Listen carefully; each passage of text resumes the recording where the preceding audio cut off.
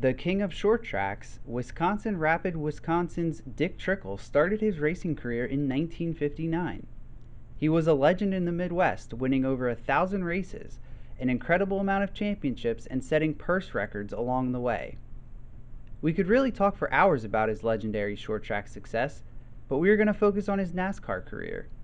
One that never really saw him crack victory lane at NASCAR's highest level, but one that saw an incredible amount of success for a driver that truly got the best out of every single car he ever drove.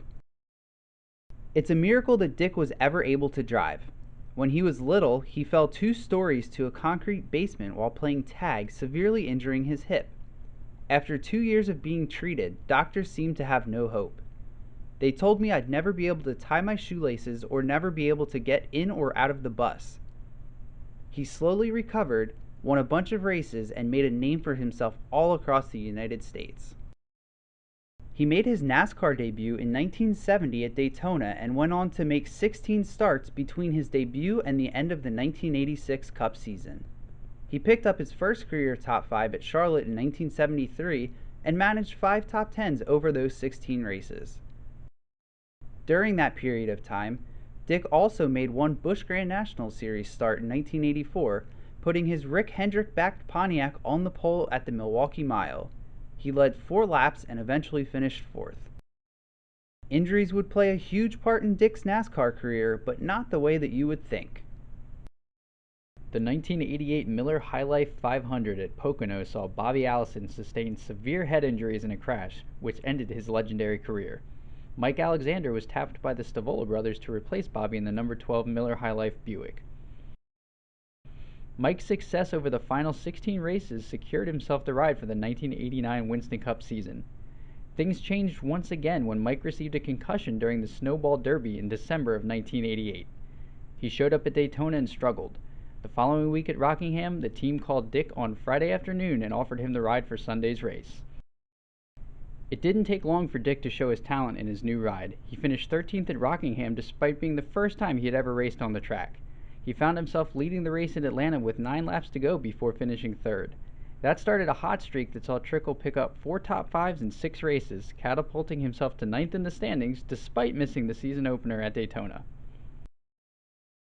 Dick experienced some growing pains over the middle part of the 1989 season, but finished strong with 4 more top 10s over the final 8 races. He finished 15th in the season standings, 1 spot ahead of teammate Bobby Hillin Jr. Dick's success earned him the Winston Cup Rookie of the Year honors, the oldest driver to ever earn the award. "I've had a lot of fun with it," he said. "I've been in racing 30 years, and to get the chance like this really adds a lot of spice to your life." In November of 1989, it was announced that Dick would join Cale Yarborough's team and replace Dale Jarrett. Their sponsor Hardee's was replaced by Phillips 66 Trop Arctic, which also saw the car number change from 29 to 66 to match the sponsor's brand. The 1990 season marked the first season that Cale was not out on the track, allowing him to focus solely on running the team. "You have to have a sponsor that is able to spend that kind of money that it takes in this sport," he said. "I feel really good about this new partnership." The funny part about their new partnership was that the 2 drivers were at complete opposite ends of their career. Cale was hanging up his helmet and Dick was just getting started, but they were roughly the same age. Cale was born in March of 1939, while Dick was born in October of 1941. Dick started out the 1990 season solid once again, sitting 4th in points after the first 4 races. The success wasn't sustained, but it also didn't disappear. Dick won the Winston Open in thrilling fashion, edging Rob Moroso at the line. The win advanced Dick to the Winston, where he finished 6th. A few weeks later, he sat on the pole at Dover Downs, led 63 laps, and finished 3rd. That season saw the team finish with 7 DNFs due to engine issues. The team showed plenty of speed though, as Dick qualified in the top 10 for 10 of the 29 races. He finished 22nd in points, but again outperformed the standard for the team. He had a better average start and a better average finish than both Cale and Dale the previous season, and finished 2 spots higher than Dale did in points. The 1991 season proved to be a disappointing one for Dick. He finished 11th, 15th, 29th and 28th over the first 4 races of the season before being fired by Cale Yarborough. As a team, we weren't going anywhere, so I was at a point where I wasn't happy, he said. Something was lacking here, and they had to make a change of some sort. I know I can drive a race car, it just wasn't working with this program. Somebody had to be the scapegoat, and this time it had to be me. Dick was replaced by Lake Speed, who did not replicate Dick's success in the car. Over 20 starts, Lake had a best finish of 11th. Randy Lajoie, Dorsey Schroeder, and Chuck Bown also got a crack at driving the car, with none of the trio finishing higher than 17th. Dick picked up a 4-race deal with Ken Allen to drive the number 34 Allen's Glass Buick starting at Bristol. He finished 30th, 26th, 32nd, and 40th over those 4 races. During this period, he also made a Busch Grand National Series start for Mac Martin in the number 92 car, starting 8th and finishing 2nd at Charlotte. Dick was out of a ride until July, when he replaced Mickey Gibbs in the number 24 Winston Cup car for Sam McMahon. He ended up driving 6 races for the team, capped off by a 6th place finish at Dover in September. Dick again outperformed the previous driver of his new car, finishing with a better average finish in the number 24 car and posting the team's best career finish. He capped off his disappointing season with an ARCA Permatex Supercar Series start in the number 2 for Junior Johnson. He led 112 of the 204 laps en route to victory. It was his first start in the series. The ARCA race had a big Winston Cup imprint as teams used the race as research and development for the 1992 season. Dick drove for Junior Johnson, Mike Wallace drove a Chevrolet with ties to Dale Earnhardt, and other ties to the Cup Series included Phil Parsons for Harry Melling, Clifford Allison in a number 12 Robestas Brakes car for his father Bobby, Scott Hansen for Ken Schrader, and Johnny Chapman for Dick Bear. The 1992 season saw Dick finish 5th in the Daytona 500, driving the number 75 for Raymock Enterprises, before reuniting with the Stavola brothers for the remainder of the 1992 season. Trickle again started out strong, leaving Dover in May 9th in the Winston Cup standings. This was thanks to 8 straight top 20 finishes, including 2 top 5s and 4 top 10s. He finished the season 20th in the standings, tying a career high with 9 top 10 finishes.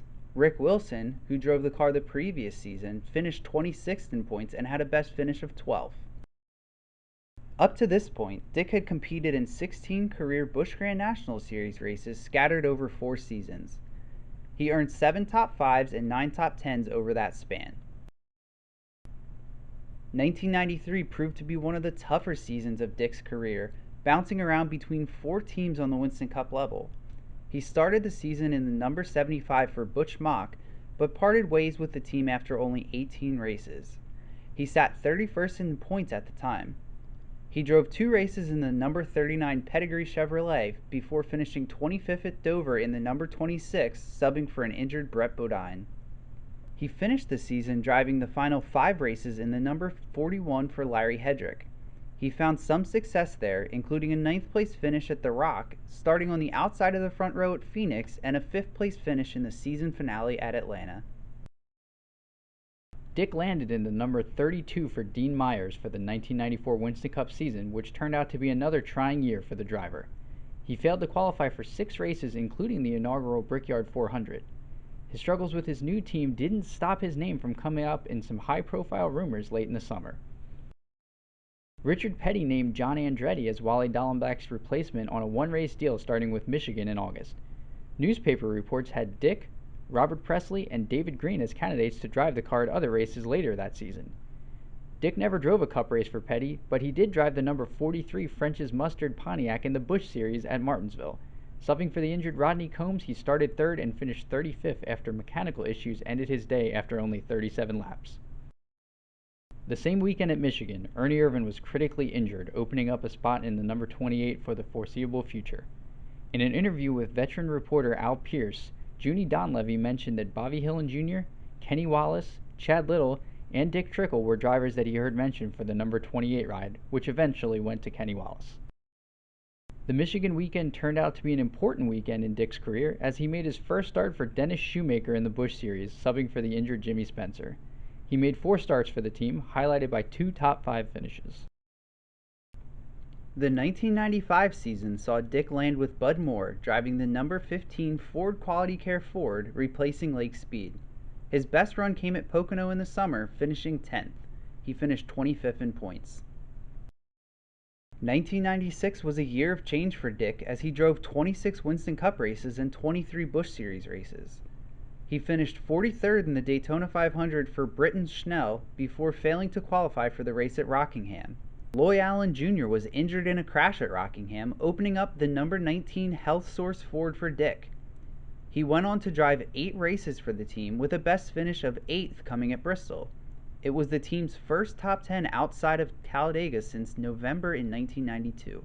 Loy returned to the car at Pocono as Dick was quickly swept up and replaced Mike Wallace in the number 90 for Junie Donlevy.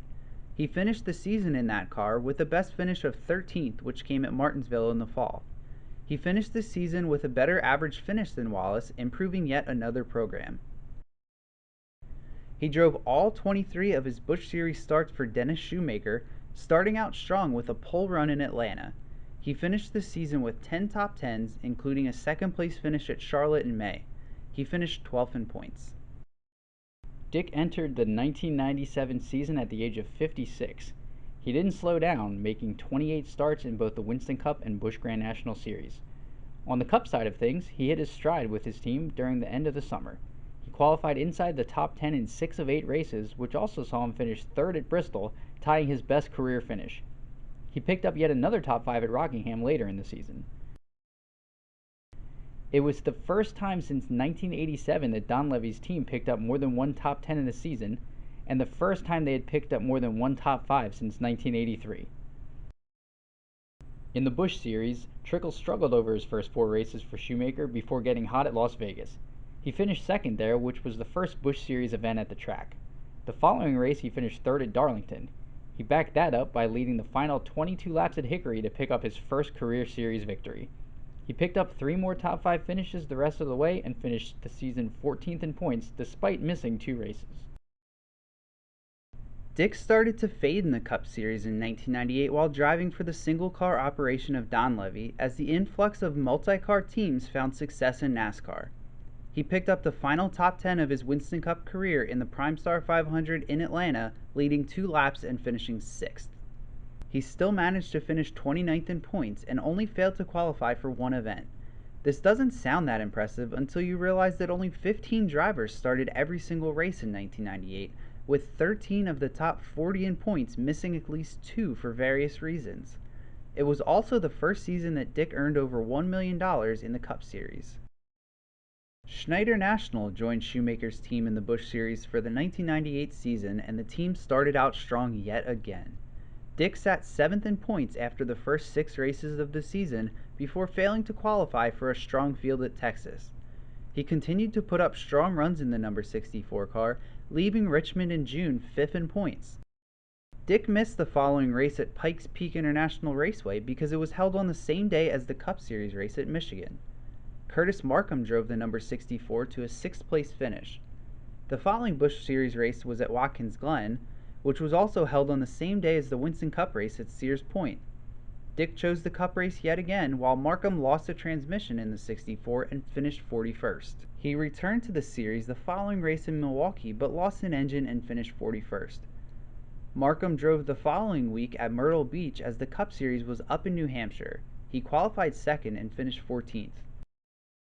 A few weeks later, Dick prevailed at Darlington after a hard late race battle with Dale Earnhardt Jr. to win the Duraloop 200 under yellow. It turned out to be the final victory of his career. He eventually finished 22nd in points despite missing 8 total races that season. He had the second best average start out of all drivers with 10 plus starts, only behind series champion Dale Earnhardt Jr. Dick made 9 Winston Cup Series starts in 1999 for multiple teams. Ricky Rudd fell ill at Richmond in September and started the race to preserve his consecutive start streak. Dick jumped into number 10 during the race and finished 27th. The 57-year-old driver made 30 Busch Series starts, driving the number 5 Schneider National car for Jimmy Spencer. His best race of the season came at Dover, where he sat on the pole, led 88 laps, and finished a season-best 5th. The following week, he led 127 laps at South Boston, but finished 21st. He would wind up 11th in points despite missing 2 races. Dick drove 6 Winston Cup races in 2000 for A.J. Foyt and Joe Bessie, while failing to qualify in Atlanta for Dave Marcus. He drove the full Busch Series schedule that season for the first time in his career, but he finished a disappointing 22nd in points. He would drive a handful of races over the following 2 seasons, with his final NASCAR start coming at Dover in 2002. He started 29th and finished 42nd in the number 71 for Dave Marcus. Dick's limited Busch Series career resulted in 2 wins, 24 top 5s, and 42 top 10 finishes in only 158 starts. He also amassed 7 poles. Dick was winning races in the Busch Series when he was 56, so it's safe to say that he could have been a star in the series if he drove full-time when he was younger, with all of his success coming in his 50s. Trickle ended his career with 303 career starts in the Cup Series. He notched 15 top 5s and 36 top 10s, all while never really driving for a top contending team. His success was never limited, as his top 5 finishes came over a 26-year span. He finished up front at the short track in Martinsville, larger tracks in Atlanta and Charlotte, and even at Daytona in the Super Bowl of stock car racing. He did it in a Chevrolet, a Buick, a Pontiac, an Oldsmobile, and a Ford, for 6 different teams no less. Dick was truly a one-of-a-kind talent no matter what kind of car he was driving. He made a name for himself on short tracks across the country and parlayed that into a successful NASCAR career, which saw him succeed despite his equipment never being on par with the top-level drivers in the series.